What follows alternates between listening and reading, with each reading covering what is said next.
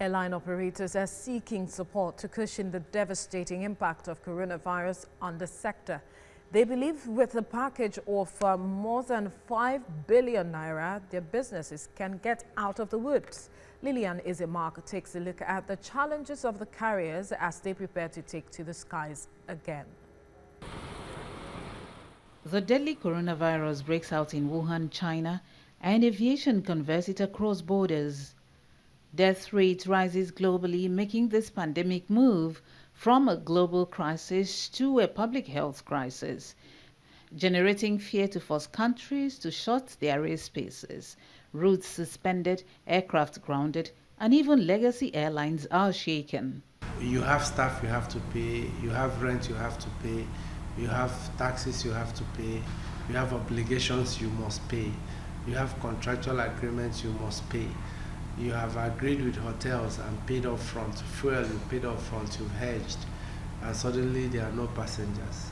According to International Air Transport Association, disruptions from COVID-19 include 853,000 loss in passenger volumes and $170 million loss in revenue base in Nigeria. These could result in 22,000 job cuts. The situation throws civil aviation into an uncharted territory, making Nigerian Ministry of Aviation afraid of the future of the industry. You have not flown, so I've lost it. I cannot regain it. I cannot sell it tomorrow. The one I sell is tomorrow is meant for tomorrow, and there's no way I can come back up with it. So this is the situation of civil aviation. It's really a pathetic one. We're all crying.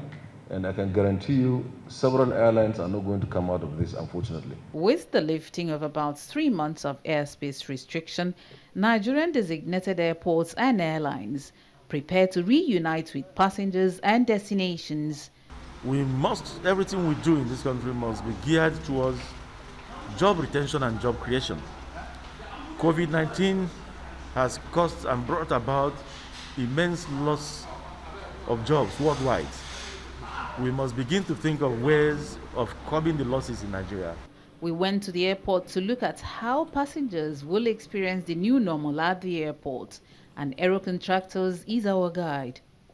The constant factors include mask wearing, social distancing, hand washing, and sanitizing at the terminal, check-in counters, security checks, and boarding gates.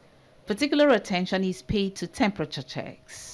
We do 4 temperature checks at the airport before a passenger board the flight. One is at the entrance of the airport before the passenger gets into the check-in area. After check-in, there's a second temperature check, which is done before the passenger gets to the screening point. Good afternoon. Going to Abuja. Okay, please pick one sanitizer, use it, then proceed with it. You're welcome. We're inside one of the aircrafts that has undergone maintenance and made ready for the new normal operations, which includes disinfecting the aircraft regularly and passengers maintaining minimal contacts with the flight crew.